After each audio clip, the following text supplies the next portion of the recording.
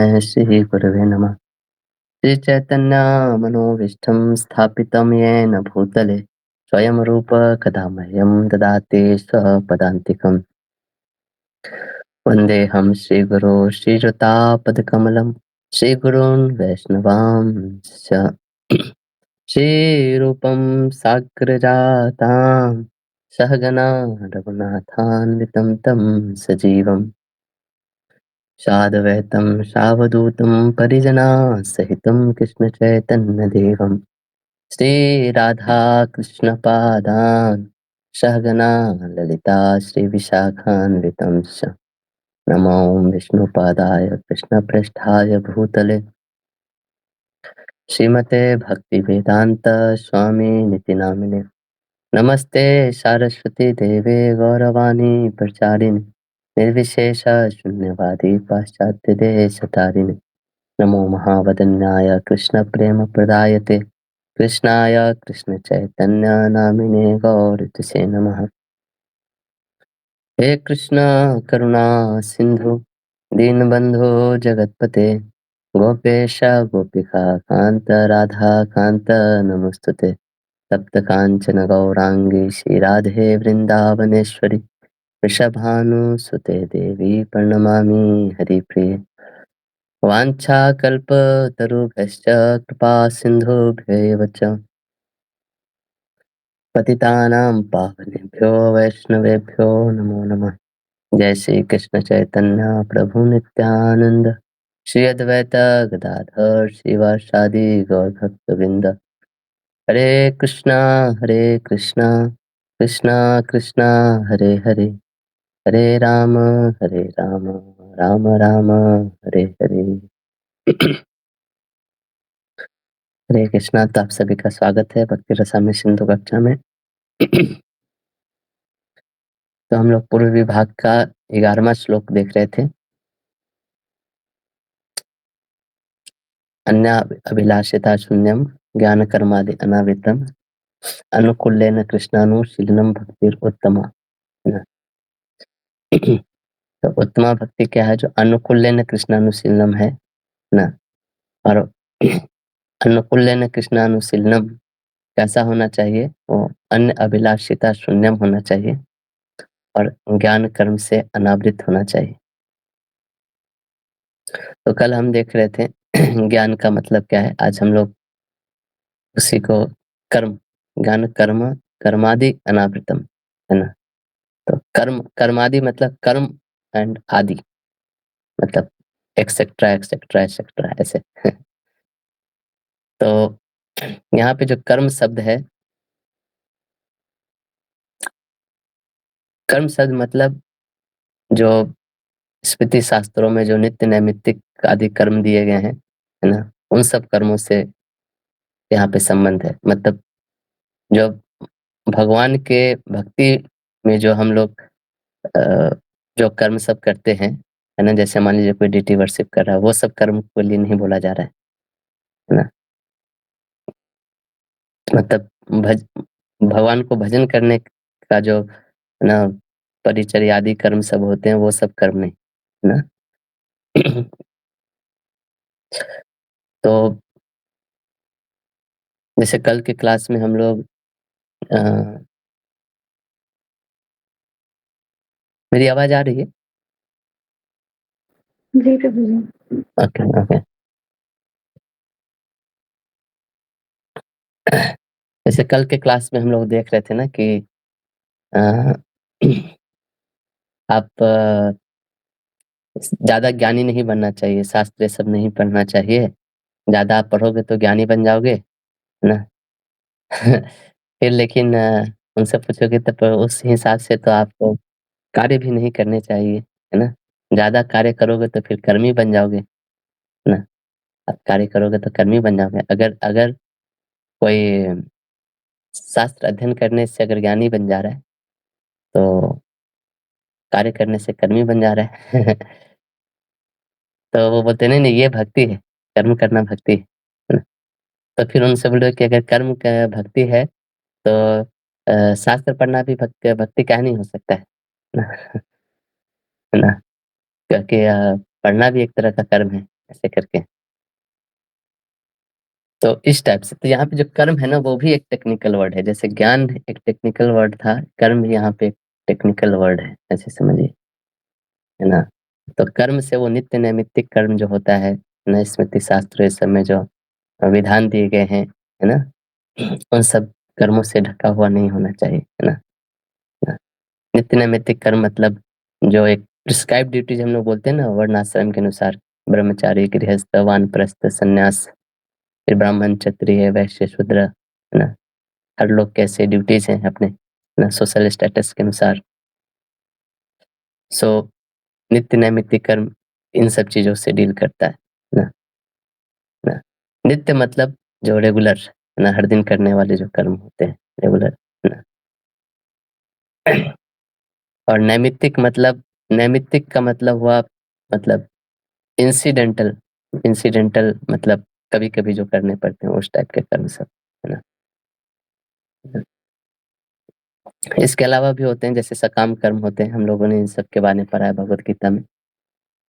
सकाम कर्म मतलब जो चीज़ आप अ, अपनी इच्छाओं की पूर्ति के लिए करते हो, उसको सकाम कर्म बोलते हैं, है ना?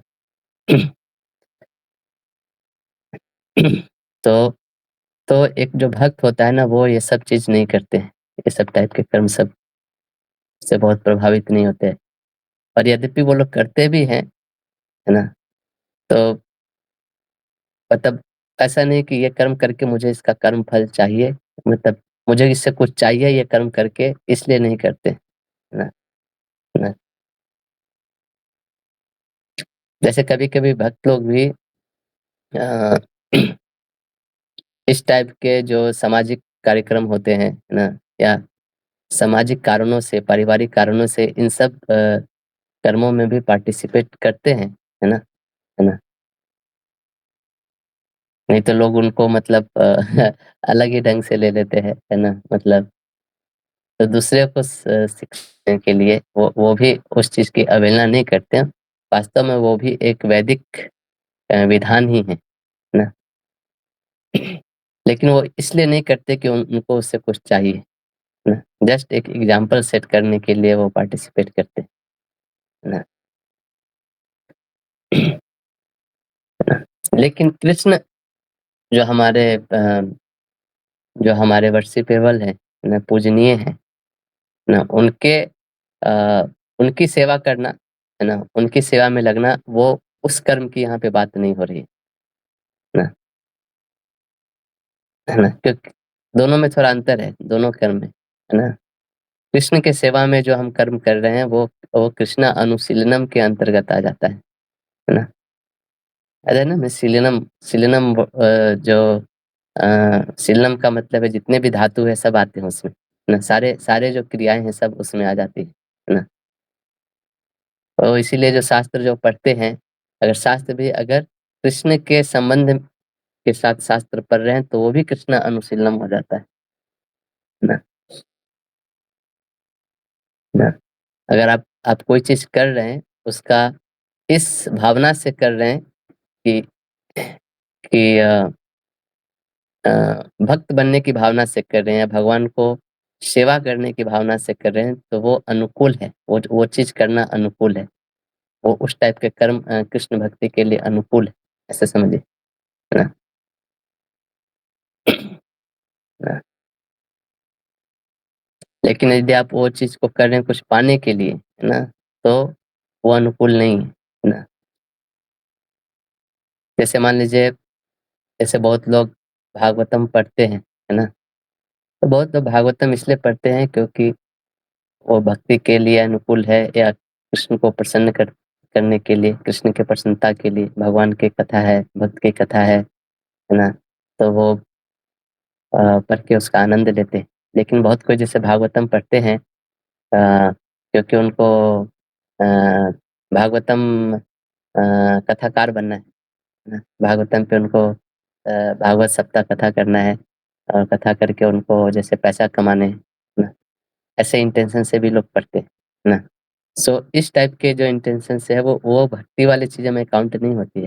मतलब एटलीस्ट उत्तमा भक्ति में तो काउंट नहीं होती है, कहने का मतलब, है ना? है ना? तो तो दोनों ही व्यक्ति जो क्रियाएँ हैं ऐसे देखने में लगेगा कि दोनों ही भागवतम पढ़ रहे हैं, लेकिन दोनों का पीछे का जो इंटेंशन है वो अलग-अलग हो सकता है ना? तो एक का जो इंटेंशन है कृष्ण को प्लीज़ करने के लिए, एक का इंटेंशन है कुछ धन धन इकट्ठा करने के लिए है। तो इसलिए एक उत्तम भक्ति में काउंट हो सकता है, एक उत्तम भक्ति में काउंट नहीं हो सकता। तो यहाँ पे जो कर्म बोला जा रहा है उसको आप समझ पा रहे हो कि कौन से वाले कर्म को बोल रहा है? वैसे कर्म जो अ अ अ, किसी प्रॉफिट, डिज़ायर, एडोरेशन या इन सब चीज़ों से जो किया जाता है ना? कुछ पाने की इच्छा से किया उन सब कर्म को से ढका हुआ नहीं होना चाहिए।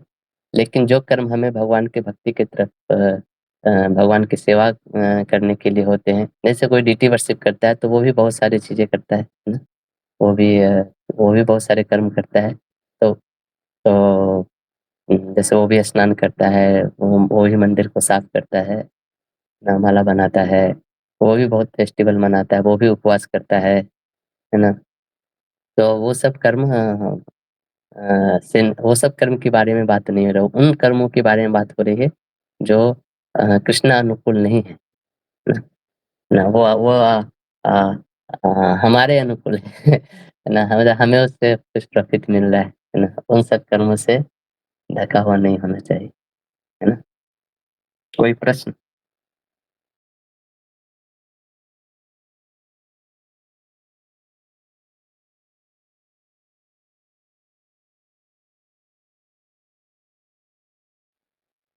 ठीक है, नहीं तो आगे बढ़ते हैं।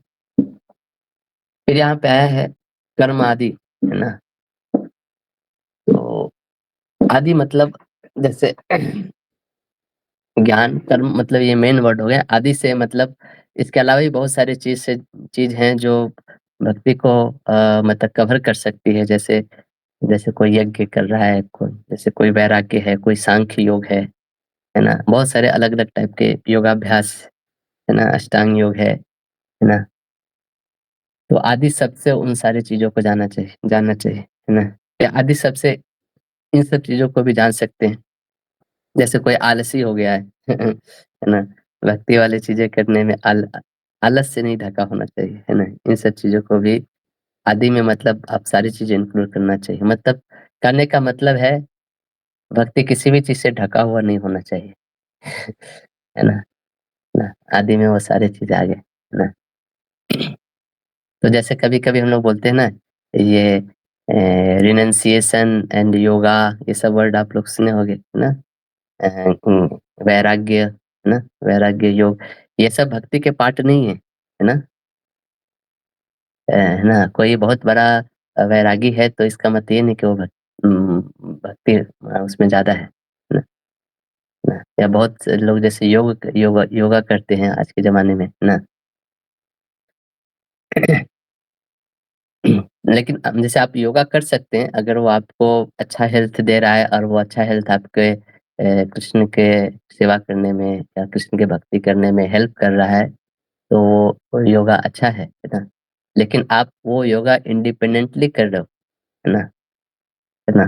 इस इस चीज़ से इंडिपेंडेंटली कर रहे हो तो फिर वो वो मतलब उसमें नहीं आता है, उत्तम भक्ति के कैटेगरी में फिर नहीं आएगा, है ना? चाहे चाहे आदि सबसे सब कुछ, आप एस्ट्रोलॉजी, आयुर्वेद, योगा, है ना? सब कुछ, दुनिया की हर चीज़ जो है आपको देखना है कि उसके पीछे का इंटेंशन क्या है ना? है ना? हर चीज़ के पीछे का इंटेंशन क्या है ना?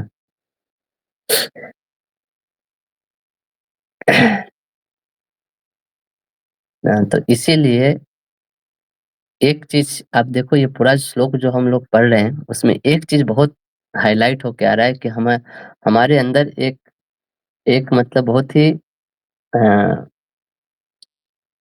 फिक्स्ड रिज़ॉल्व होना चाहिए। मतलब एक बहुत ही क्या बोलेंगे फिक्स्ड रिज़ॉल्व मतलब एक दृढ़ दृढ़ नहीं बोलेंगे उसको फिक्स्ड को क्या बोलेंगे हिंदी में? एक बहुत ही मतलब फिक्स्ड रिज़ॉल्व ये होना चाहिए कि कि हमारे पास सिर्फ़ एक ही अभिलाषा है। There is only one desire that's all, है ना? That's all, only one desire अनन्य भक्ति, अकिंचन भक्ति, है ना? इसके अलावा कोई किसी को उस घर में हमारे हृदय में रहने का अधिकार नहीं है। है ना? बाकी सब जो भी आ रहे हैं, ये मेरे हृदय रूपी जो घर है उसका ओनर है बस अनन्य भक्ति, है ना? ऐसा ऐसा ऐसा समझिए, है ना? बाकी सब उसके सबॉर्डिनेट होके रह सकते हैं और जो सबॉर्डिनेट नहीं है उसको तो आने का अधिकार ही नहीं है, ऐसे ऐसे हमारे हृदय में ऐसे। आप समझ पा रहे हैं? ये जो ज्ञान कर्मादि अनावृत का मतलब क्या है ना? उसे ढका हुआ नहीं होना चाहिए। अनावृत मतलब ढकना मतलब जैसे कभी-कभी जैसे होता है ना, सूर्य आकाश में उगा हुआ है जो बादल आके सूर्य को ढक लेता है। तो सूर्य वहाँ पे तो भी रहता है लेकिन वो आवृत हो गया है, ढक गया है ना? तो जैसे ग्रहण लग गया है, इक्लिप्स बोलते हैं ना जिसको, राहु ने ग्रस लिया है ऐसे बोलते हैं, है ना? तो वो इक्लिप्स नहीं होना चाहिए इन सब चीज़ों के द्वारा, है ना?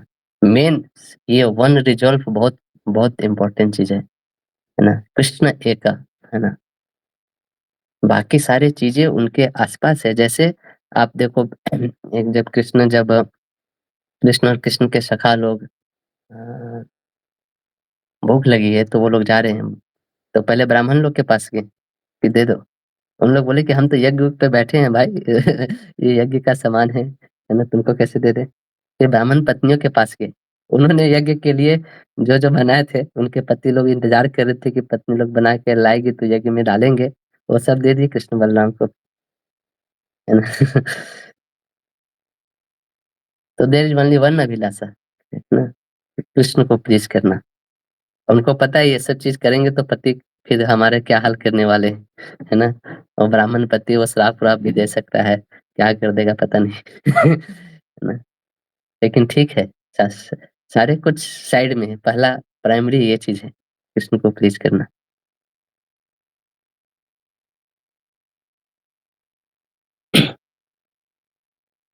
तो ये सारे जो ज्ञान सॉरी ज्ञान कर्मादि अनावृतम, है ना? तो इस सारे का अभिप्राय ये है कि ये जो हम कृष्ण अनुशीलन कर रहे हैं, ये सब ज्ञान, कर्म, वैराग्य इन सब चीज़ से आवृत नहीं होना चाहिए, है ना? हरे कृष्णा, कोई प्रश्न? हरे कृष्णा प्रभु जी, दंडवत प्रणाम। हरे कृष्णा, दंडवत प्रणाम। प्रभु जी, जो हम कल डिस्कस कर रहे थे कि अल्टीमेटली जो हम भक्ति वाले एक्टिविटीज भी कर रहे हैं, तो वो भी उसमें कहीं ना कहीं हमारा ही स्वार्थ छुपा होता है। तो हुँ, निस्वार्थ तो हम कर ही नहीं रहे हैं, कहीं ना कहीं हुँ, अपने ही सुख का या अपने ही हैप्पीनेस का अभिलाषा है। हुँ, तो फिर वो सब भी कर्मादि में आ जाएगा, मतलब भक्ति वाला एक्टिविटी तो बाहर से दिख रहा है पर अंदर जो है, मतलब वो सिर्फ भक्ति का कोटिंग है। अंदर न हम कैसे सुख मिलेगा, हमें कैसे लव मिलेगा, हाँ, हैप्पीनेस कैसे मिलेगी, वही है। तो फिर जब तक हम एकदम निस्वार्थ भक्ति नहीं करेंगे तब तक वो हुँ, कर्मादि नहीं गिना जाएगा। यस बोल सकते एक तरह से। हम भक्ति इसलिए करें कि हमको उससे कुछ चाहिए।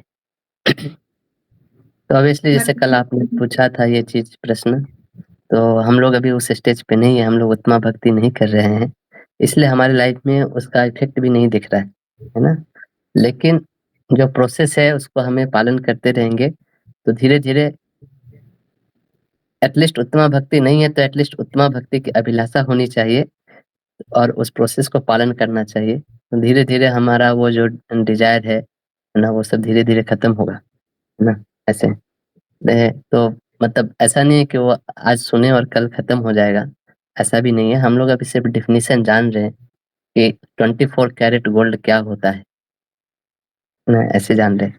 हमारे पास जो गोल्ड है मतलब वो 6 कैरेट, 8 कैरेट ऐसे है। उसको धीरे-धीरे प्रोसेस के द्वारा रिफ़ाइन करना है, ये करना है ना? तो जो प्रोसेस हमारे आचार्य लोग बताएँ उसको हम लोग पालन करते रहेंगे तो धीरे-धीरे वो अ वो पूरा स्वच्छ स्वच्छ पानी होके निकलेगा ऐसे करके, है ना? मतलब हम अभी भक्ति नहीं कर रहे हैं। नहीं, भक्ति कर रहे हैं, लेकिन हो सके उतना भक्ति नहीं कर रहे हैं। मतलब मतलब हम भक्ति लोग करने ऐसे का किसी को जज नहीं करते हैं, कौन उतना भक्ति कर रहा है, नहीं कर रहा है। लेकिन इफ़ेक्ट देख के एक अंडरस्टैंडिंग तो होता ही है ना, मतलब उतना भक्ति का जो इफ़ेक्ट है ना? क्या हमारे लाइफ़ में कुछ प्रॉब्लम आती है तो हम परेशान हो जाते हैं? कहने का मतलब ये है, परेशान हो जाते हैं तो यानी कि हमारा क्लेशअग्नि भी नहीं गया है अभी तक। हुँ। समझ रहे हैं? तो क्लेशअग्नि तो अभी आगे चल के बताएँगे रूप गोस्वामी आने वाले समय में, कि सारे कष्टों का निवारण साधना भक्ति में ही हो जाता है। हाँ। ना? तो तो तो ऐसे है। मतलब जैसे भक्तों में ऐसा होता है ना, कनिष्ठ, फिर मध्यमा, फिर हाँ, उत्तमा। हाँ, हाँ। तो एटलीस्ट हमको एक लेवल पता होता है कि ओके कनिष्ठ में है, तो फिर मध्यमा में आएँगे, ये सिम्पटम्स होंगे, फिर उत्तमा में आएँगे। वैसे भक्ति में एकदम डायरेक्ट उत्तमा है, ऐसे नीचे कोई लेवल्स नहीं है। नहीं, उसके नीचे आप अपने लेवल्स डिफाइन, मतलब ये मतलब वो जो बताया गया वो एक एक डिफरेंट पॉइंट एंगल से बताया गया है, और ये चीज़ जो बताया जा रहा है ये ये एक डिफरेंट एंगल से बताया जा रहा है, ऐसे समझिए। लेकिन मतलब वो भी जज करने के लिए नहीं बताया जा रहा है, लेकिन एक समझने के लिए बताया जा रहा है। अ, जैसे देखो कभी-कभी जो मध्यमा भक्त है ना? वो भी उत्तम भक्ति प्रैक्टिस नहीं हो सकता है, लेकिन कभी-कभी ऐसा भी हो सकता है जो कनिष्ठ भक्त है, वो उत्तम भक्ति प्रैक्टिस कर रहा है, ऐसा भी हो सकता है। अच्छा। हाँ, क्योंकि ये मतलब किसी भी लेवल पे अप्लाई हो सकता है, ये डेफिनिशन कहने का मतलब ऐसे है ना? हाँ। जो आज भक्ति में आया है ना? जैसे आज अभी-अभी आज आया पहली बार मंदिर में, वो अभी से हो सकता है उतना भक्ति चालू कर दे, है ना? जो कभी-कभी बहुत उसको 10 साल हो गया है, लेकिन वो भी ऐसे बहुत सारे अपने इच्छाओं से, वासनाओं से घिरा हुआ हो सकता है। वो भी भ भक्ति प्रैक्टिस कर रहा है, चीज़ें कर रहा है, लेकिन हो सकता है वो अभी उतना भक्ति प्रैक्टिस मतलब उतना नहीं कर रहा हो। इसलिए भक्ति में कभी-कभी जो लोग बाद में आते हैं ना, वो लोग देखोगे आपसे आगे निकल जाएँगे, है ना? पता चलेगा आप 16 माला जप कर रहे हो, वो लोग हर दिन 50-50 माला जप कर रहे हैं। फिर आपको उन लोग को देख के बहुत खराब लगेगा, हाय रे मेरा दुर्दैव! मैं किधर फँस गया हूँ। भगवान मेरे को निकाल दो इधर से। पैनिक ज़ोन में जा रहा, है ना? तो ऐसा ऐसा है। तो उतना भक्ति कोई भी कर सकता है, किसी भी लेवल पे ये डेफिनिशन अप्लाई हो जाता है। और वो एक स्ट्रक्चरल एनालिसिस है। यहाँ तक है इसकी श्रद्धा, तो अ, इसको इस कैटेगरी में रख सकते हैं, इसको इस कैटेगरी में रख सकते हैं।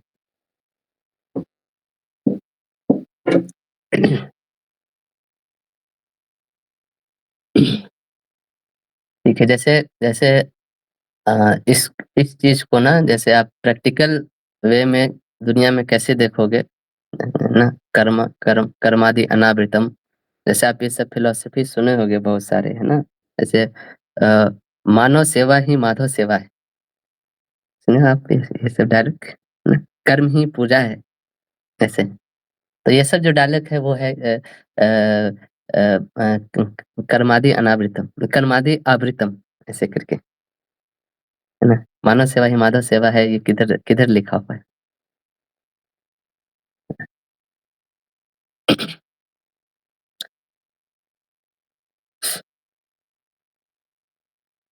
नर ही नारायण है ना?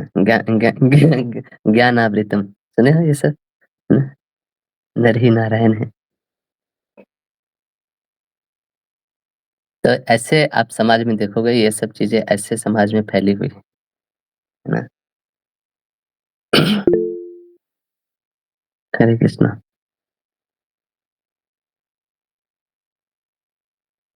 हरे हुँ, कृष्ण प्रभु जी, दंडवत प्रणाम। धन्यवाद प्रणाम। आवाज़ नहीं आ रही। अच्छा। हाँ, आ रही है आपकी आवाज़ आ रही है। मुझे एक क्वेश्चन था, जैसे माताजी पूछ रही थी कि अगर हम कुछ डिज़ायर कर रहे हैं, तो वो उत्तम भक्ति तो ऑब्वियसली हम प्रैक्टिस नहीं कर रहे हैं। तो फिर हम काम भक्ति कहेंगे अगर हम कुछ डिज़ायर के कुछ अगर भक्ति कर रहे हैं? हुँ, हुँ। तो उसको हम सकाम भक्ति कहेंगे क्या? हाँ, बोल सकते हैं। मतलब ऐसा नेमिंग कर सकते हैं उसको, लेकिन ऐसा कुछ टेक्निकल नेम नहीं है। मतलब बोल सकते हैं कि इससे काम जुड़ा हुआ है हमारे भक्ति में। ना याद है वो योगा लैडर हम लोग पढ़े थे, तो हमने हुँ। उसमें देखा था नीचे से ऊपर तक किसी भी लेवल पे भक्ति स्टार्ट हो सकती है। ना कहने का मतलब, है ना, वो ऐसा चीज़ है। तो सकाम भक्ति मतलब कैसा हो गया है कि हम भगवान की सेवा करेंगे ना, जैसे हम भगवान के लिए भोग बना रहे हैं प्रभु जी हर दिन, लेकिन मेरा नाम भी अनाउंस होना चाहिए कि मैंने 2 घंटा हर दिन देता हूँ। तो आप समझ रहे हो सकाम भक्ति का मतलब क्या है? ना हम सेवा कर रहे हैं तो एक एप्रिसिएशन भी मिलना चाहिए, है ना? निष्काम मतलब हो गया कि उसको पता भी नहीं चलता है कि उसका नाम भी कहीं पे अनाउंस होता है, इस चीज़ के बारे में वो कंसर्न्ड ही नहीं है। बस वो गया, सेवा करके आ गया, भगवान को ऑफर हो गया बस ऐसे। तो प्रभु जी ये उत्तमा नहीं कहलाएगा मतलब वो ये हाँ, डिज़ायर तो रख ही नहीं कि मेरा हाँ, अनाउंस उत्तम नाम हाँ, एकदम से नहीं कहलाएगा। रूप तो फिर गोस्वामी जी का जो निष्काम definition हाँ, तो अगर कोई निष्काम भक्ति कर रहा है और ये जो उत्तम भक्ति है तो फिर इसमें क्या डिफरेंस हुआ? मतलब निष्काम वाले में तो मतलब मुझे तो मतलब ऐसा लग रहा है देख के एक्सटर्नली कि वो भी उत्तमा ही है एक्चुअली। हाँ, निष्काम एक वो वन ऑफ द इंग्रीडिएंट है उत्तमा भक्ति का, लेकिन वो मतलब अन्य अभिलाषिता शून्यम हो गया ना, वो उस कैटेगरी में फिट हो गया, लेकिन बाकी सभी चीज़ें उसमें फिर फिट होनी चाहिए, है ना? मतलब है ना? ऐसे तो मतलब इसलिए मैं हम लोग तो जब तक इसलिए कई-कई आचार्य लोग जब तक निष्काम में नहीं आए, है ना? वो जो एंगल याद है भगवद गीता में हम लोग पढ़ते 0 से 90 डिग्री, है ना? जब तक वो एंगल एकदम 100 डिग्री नहीं है तब तक भक्ति मानते भी नहीं है बहुत सारे लोग कि चालू हुआ है। तो कहने का मतलब उतना भक्ति चालू नहीं हुआ है, मतलब ऐसे। तो आचार्य लोग उतना भक्ति को ही भक्ति मांगते हैं, बाकी सब बोलते हैं कि अभी अभी चल रहा है, प्रैक्टिस चल रहा है ऊपर तक आने के लिए। तो इसलिए वो वैदिक लैडर पे उठना बहुत ज़रूरी है हमारी चेतना को। जैसे जैसे कल का भी एक जो प्रश्न था कि हमारे अंदर इच्छा है, तो क्यों इच्छा है? क्योंकि वो इच्छा अचानक वो पहाड़ है, वो अचानक टूटेगा नहीं। एक-एक पत्थर धीरे-धीरे तोड़ना पड़ेगा, एक-एक पत्थर हटाना पड़ेगा वो ब्लॉक से। तो इसीलिए हम सोचेंगे डायरेक्ट भगवान के प्रति निष्काम हो जाए, नहीं, आपको अपने आस-पास से चालू करना पड़ेगा। आप देखो कि है ना, आप अपने आस-पास कितना निष्काम कर पा रहे हो, है ना? है ना? मतलब तो वो एक प्रोसेस है कॉन्शसनेस को डेवलप करने का, वो अचानक वो बाइनरी प्रोसेस नहीं है, वो ग्रोइंग प्रोसेस है ना? धीरे-धीरे, धीरे-धीरे सकाम से निष्काम की तरफ उठने का, इसलिए वो योगा लैडर बहुत इम्पोर्टेंट है ना? कि हम हर डे टू डे जो एक्टिविटी कर रहे हैं, उसमें हम कितना सकाम है, कितना निष्काम है ना? तब तो वो निष्काम एक एक एक व्यक्ति है कृष्ण, उसके प्रति जाके वो फिर कंसंट्रेट कर सकते हैं, है ना? ना? तो जैसे कभी-कभी हम लोग बहुत ये रहते हैं ना, ये मेरा सेवा नहीं है तो मैं क्यों करूँ, है ना?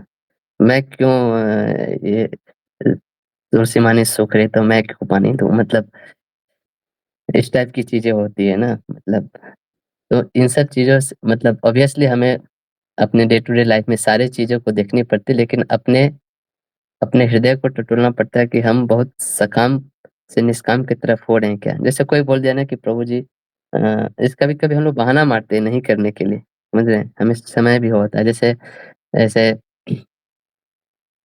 जैसे आज मान लीजिए कुछ फेस्टिवल मनाना है ना, कोई बोल दिया कि प्रभु जी हम अ, आप ये गार्लैंड मेकिंग सेवा कर सकते हैं क्या? हमारे पास टाइम होता है ना? तो ये बोलते हैं कि हमारे अंदर भावना क्या चल रही है, गार्लैंड बना दूँगा लेकिन ठीक है, इससे मेरे को क्या मिलने वाला है? मैं तो अपना अपना चीज़ें पहले कर लेता हूँ, है ना?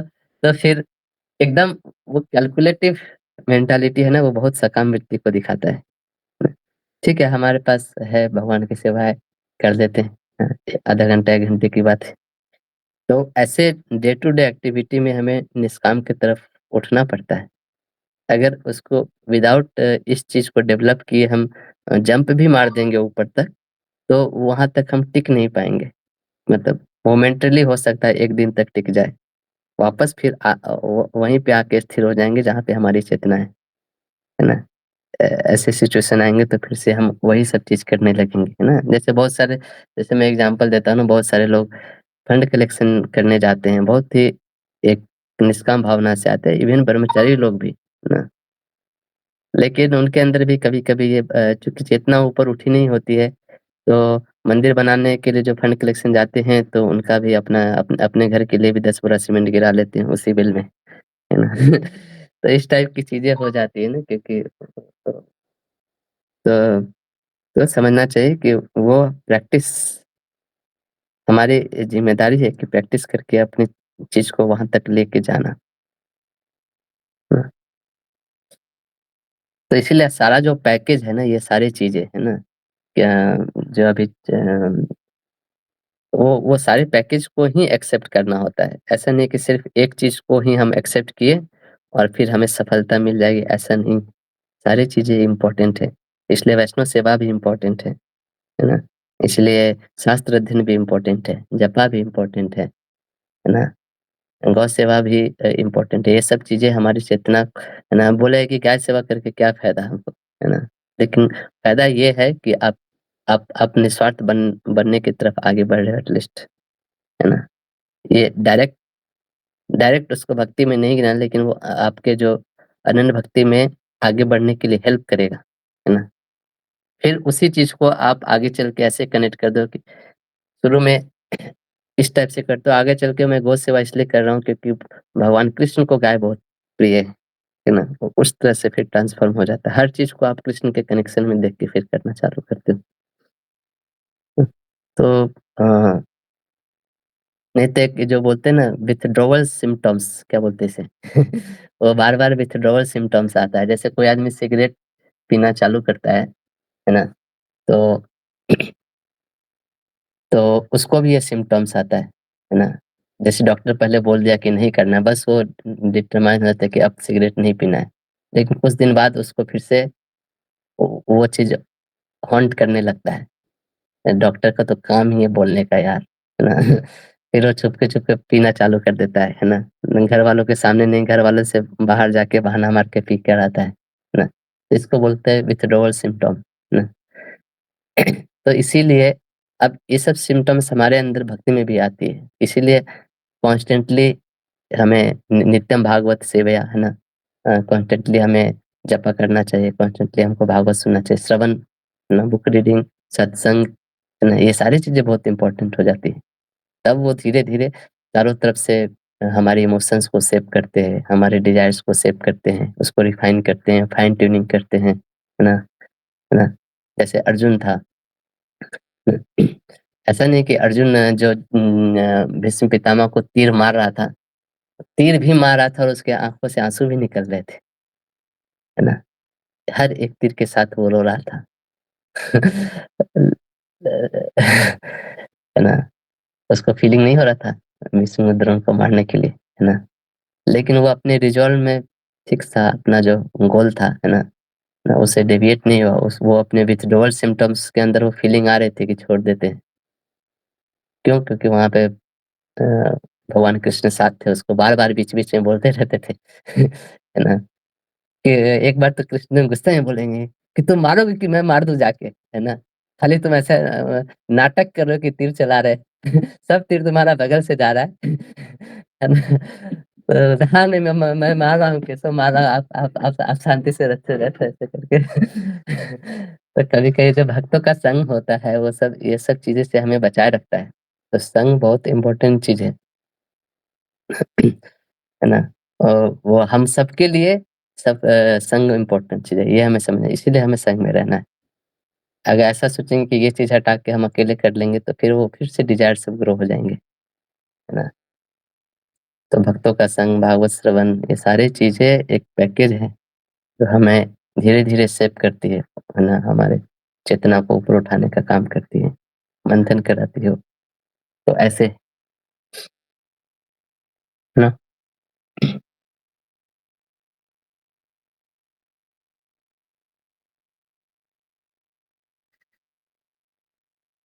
ठीक है, अर्चिता माता जी। जी प्रभु जी, थैंक यू। हुँ। ठीक है, तो कुछ नहीं तो आगे बढ़ते हैं। तो यहाँ पे एक चीज़ और एक शब्द यूज़ हुआ है, अनावृत शब्द यूज़ हुआ है। यहाँ पे शून्य शब्द यूज़ नहीं है, जैसे अन्य अभिलाषिता शून्यम, ज्ञान कर्मादि शून्यम नहीं बोला गया, ज्ञान कर्मादि अनावृतम बोला गया है। उधर उधर शून्यम लिखे, इधर इधर शून्यम क्यों नहीं लिखे? है ना? क्यों नहीं लिखे? क्योंकि ज्ञान और कर्म का कुछ-कुछ पार्ट है, वो भक्ति का भी पार्ट है। कुछ-कुछ ज्ञान और कर्म भक्ति का भी पार्ट होता है ना? जैसे जैसे हम लोग बोलते हैं संबंध ज्ञान, अभिधेय ज्ञान, प्रयोजन ज्ञान, ये सब चीज़ जानना पड़ता है ना भक्ति करने के लिए, है ना? और एक्चुअली सबसे प्योर फॉर्म ऑफ ज्ञान भक्ति ही है ना? है ना? भगवान को तत्वतः जानना, ये प्योर फॉर्म ऑफ नॉलेज है ना? वेदश्च सर्वैरहमेव वेद्यो ना, भगवद गीता में भगवान बोलते हैं, सारे वेदों का लक्ष्य ये है कि उन सारे वेदों को द्वारा पढ़ के मैं जाना जाऊँ, है ना? तो उसी तरह कर्म भी है ना, कर्म भी भक्ति के अंदर प्रेज़ेंट है ना? देखिए भगवान का मंदिर क्लीन करना, भगवान के लिए कुकिंग करना, है ना? ये सारी चीज़ें, है ना? तो आप अगर देखोगे तो भक्ति के जो नवधा भक्ति है, 9 लिम्स ऑफ भक्ति, श्रवण, कीर्तन, स्मरण, वंदन, ये सब में ये सब चीज़ें आते हैं। पाद सेवनम, दास्यम, तो ये सब भौतिक कर्म नहीं है ना? मुंडेन मुंडेन कर्म नहीं है ना? अगर इन सब चीज़ों को भी हटाने का रहता तो रूप गोस्वामी जन्म कर्मादि अनावृतम की जगह जन्म कर्मादि शून्यम लिखते, है ना? जन्म कर्मादि शून्यम लिखते तो ये सब भक्ति के अंदर वाले कर्म और ज्ञान भी हट जाते हैं, पूरा ज़ीरो, है ना?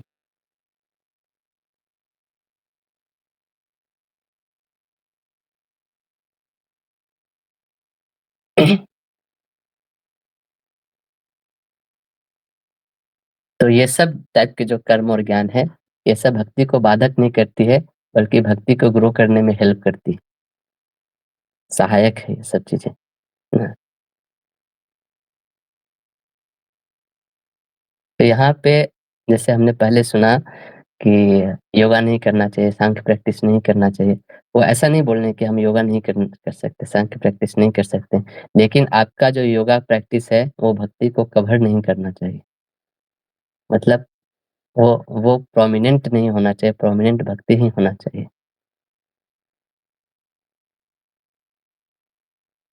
ये समझना बहुत ज़रूरी है क्योंकि बहुत समय लोग ऐसा आपको मिलेंगे कि नहीं अरे आप लोग तो योगा-वोगा करते हो, क्या टाइम पास कर रहे हो? अरे आप लोग माया में हो।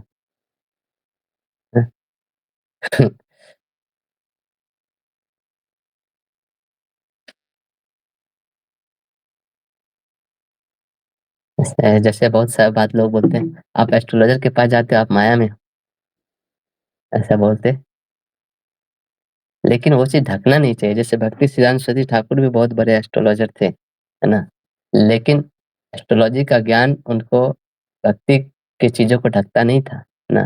जैसे वो भी जब घर से कहीं जाते थे तो दिशा-सूल और ये सब चीज़ देख के जाते थे, आज जाने का अच्छा दिन है कि नहीं?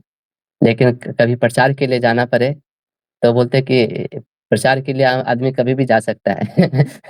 है ना? उसके लिए कोई त टाइ सब टाइम ऑस्पिशियस ही है उस चीज़ के लिए, है ना?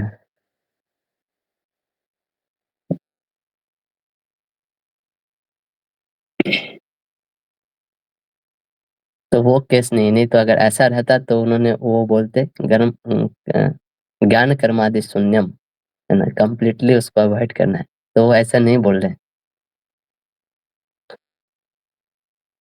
उनका बोलने का मतलब है कि ये सब चीज़ अ, आप इसलिए नहीं करो क्योंकि इसका जो रिज़ल्ट है वो भक्ति से इंडिपेंडेंट नहीं होना चाहिए, ये सब चीज़ करके।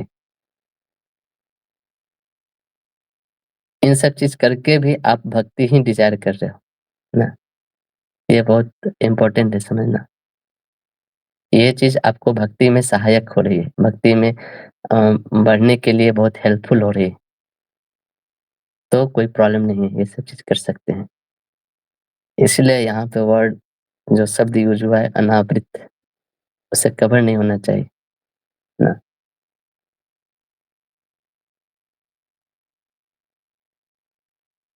लेकिन इसलिए बोला है कि ये बहुत फाइन चीज़ है, ये हम ही जान सकते हैं कि हम किस इंटेंशन से कर रहे हैं, कब इधर से पल्ला दूसरे तरफ झुक जाता है, पता नहीं चलता है ना?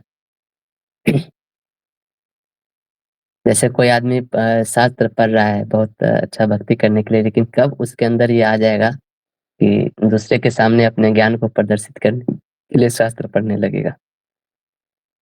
तो इसलिए बोला गया है, भक्ति का जो लाइन है छूरश्य धारा, चाकू के धार के ऊपर चलने जैसा है। थोड़ा-सा भी इनअटेंटिव रहे तो कट कट जाएगा हमारा पैर ऐसे। है ना? तो सावधानी, है ना? बहुत सावधानी। तो इसलिए हर दिन उसके लिए फाइट मारना है, उस अपने चेतना को अच्छा बनाए रखने के लिए। उसके लिए चाहिए आग, आग आग, भक्ति की आग, वाइब्रेंट एनवायरनमेंट, वाइब्रेंट एसोसिएशन। तो खुद से वो अपना अपना अग्नि भी खुद से जलाते हैं साधना के स्थान करके और दूसरे के संग लेके भी, है ना? संग से बहुत जैसे एक बोलते हैं ना कि 1 प्लस कोई एक आदमी है तो वो एक ही काम कर सकता है। दूसरा जो आदमी है वो भी एक काम कर सकता है, तीसरा जो आदमी है वो भी एक काम कर सकता है ना? लेकिन तीनों एक साथ मिल गए तो मतलब हो सकता है वो लोग 8-10 काम कर लें, है ना? जैसे ए स्क्वायर ए है तो ए स्क्वायर बन जाएगा, बी अकेले रहेगा तो वो अपना बी स्क्वायर कर लेगा, लेकिन ए प्लस बी का होल स्क्वायर करेंगे तो क्या होगा? A square plus B square plus 2ab, ये 2ab एक्स्ट्रा मिल जाता है उसमें, साथ मिलके करने से। तो उसी तरह भक्ति में जब संग में हम लोग रहते हैं ना, तो ये एक्स्ट्रा सपोर्ट मिलता है हमको भक्ति करने के लिए 2ab का, है ना? ए प्लस बी प्लस सी स्क्वायर करेंगे तो और भी बहुत सारा एक्स्ट्रा चीज़ मिल जाता है।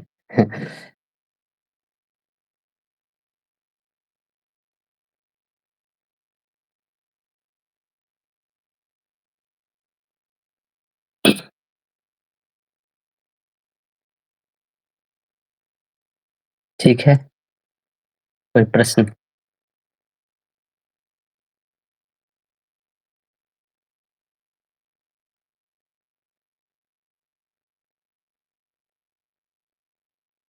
कभी-कभी लोग कर्म ये सब चीज़ करते हैं, उनके पीछे का भावना थी कि अगर मैं ये सब चीज़ नहीं किया, है ना? तो अ अ, उसके कारण हमें कुछ लाइफ में नुकसान हो सकता है। जैसे जैसे अरे मैंने अ, जैसे कर्मकांडी लोग होते हैं ना, ये चीज़ करना है, ये चीज़ नहीं किए तो हमारे लाइफ में अशुभ होने लगेगा, है ना? ये सब ये तो कभी-कभी उस डर के, है ना? कर्मों के डर से वो वैसा कार्य करते हैं, है ना? तो जब जब उस डर से उस कर्मकांड के डर से उधर कर्मों पे श्रद्धा पूर्वक रखते हुए वैसा कर्म करते हैं तब भक्ति आवृत हो जाती है ना? लेकिन भक्ति ही सिर्फ चाहिए वो सब कर्म करके तब भक्ति आवृत नहीं होती। और कभी-कभी जो भक्त लोग भी होते हैं, वो सिर्फ लोक व्यवहार के लिए, है ना? कि जो दूसरे लोग हैं मेरे आचरण को देखकर वो उनके अंदर कुछ कन्फ्यूजन ना पैदा हो जाए, इसलिए वो भी वो कर्म कर लेते हैं। क्योंकि जनरल पब्लिक के अंदर कन्फ्यूजन पैदा हो जाएगी तो लोग मतलब एटलीस्ट जो कर्म कर रहे हैं वो तो एक एक लाइन में अलाइनमेंट होके ऊपर तो बढ़ रहे हैं ना, वो कर्म करना भी छोड़ देंगे, मेरे को देख के जो कि अगर उनका लेवल नहीं है उतना, तो वो जो कर रहे हैं वो और भी नीचे चले जाएँगे, ना? जैसे जैसे कोई व्यक्ति छठ पूजा नहीं कर रहा है, गणेश पूजा नहीं कर रहा है, तो उसमें भी जाके हम भी प्रणाम कर लेते हैं। अगर हम बोलेंगे कि ये सब छठ पूजा क्या है ये सब, तो फिर प्रॉब्लम हो जाए कि वो छठ पूजा करना भी छोड़ देंगे और वो भक्ति भी नहीं ले पाएँगे। इतने हायर चीज़ें। तो वो जो कर रहे थे छठ पूजा वो भी एक वैदिक कार्य था जो कि उनको एटलीस्ट अपने लेवल से ऊपर उठाने का तो कार्य कर रहा था और वो छठ पूजा छोड़ के फिर वैलेंटाइन डे मनाने लगेंगे, है ना? तो प्रॉब्लम वो हो जाएगी फिर वहाँ पे। इसीलिए एक भक्त कभी-कभी सिर्फ़ शुद्ध भक्ति में ही श्रद्धा रख के सिर्फ़ दूसरे कोई भ्रमित ना हो इसलिए वैसा आचरण वो लोग भी करते हैं। वो लोग भी अपने सारे जो संस्कार है, सारे जो चीज़ें हैं उन सब चीज़ों में भी पार्टिसिपेट करते हैं ना, जैसे पितृ श्रद्धा आदि कर्म ये सब जो होते हैं, है ना? वो सभी जाते हैं करने के लिए। तो वो सब चीज़ करने से उनकी शुद्ध भक्ति की हानि नहीं होती है ना? जैसे कृष्ण भी बोलते हैं ना भगवत गीता में कि अ, महाजन है ना एग्ज़ाम्पल देते हैं ना कि ये लोग भी उम, एक एग्ज़ाम्पल सेट करने के लिए करते हैं। सब कुछ है ना चौथे चैप्टर में बताते हैं, है ना? यद्यद् आचरति श्रेष्ठः तद् यद्यद् आचरति श्रेष्ठः तद् जना अनुवर्तते ऐसे करके कुछ श्लोक है ना? तो कृष्ण भी बोलते हैं कि तीनों लोक में कोई ऐसा कर्म नहीं जिसके करने के लिए मैं बाध्य हूँ, लेकिन तो भी मैं एग्ज़ाम्पल सेट करने के लिए आके करता हूँ फिर वो चीज़ें, है ना? मैं भी कोई नियम कानून भंग नहीं करता हूँ क्योंकि जनरल पब्लिक के अंदर क कुछ कन्फ्यूज़न नहीं पैदा होना चाहिए, है ना? लेकिन उन सब का सार है कि उसके अंदर आप अपनी चेतना को भक्ति में, भगवान में कितना फ़ोकस कर पाते हो, वो सब चीज़ करते हुए भी, है ना? ठीक है? तो आज यहीं तक रखते हैं, कोई प्रश्न नहीं है तो फिर कल हम लोग किसी तरह इसको कंप्लीट ही कर लेंगे, है ना? हरे कृष्णा। शिला प्रभुपाद की जय, श्री रूप गोस्वामी पाद की जय, भक्ति रसामृत सिंधु ग्रंथ की जय। Hare Krishna. Thank you so much Prabhu ji. Hare Krishna. दंडवत प्रणाम।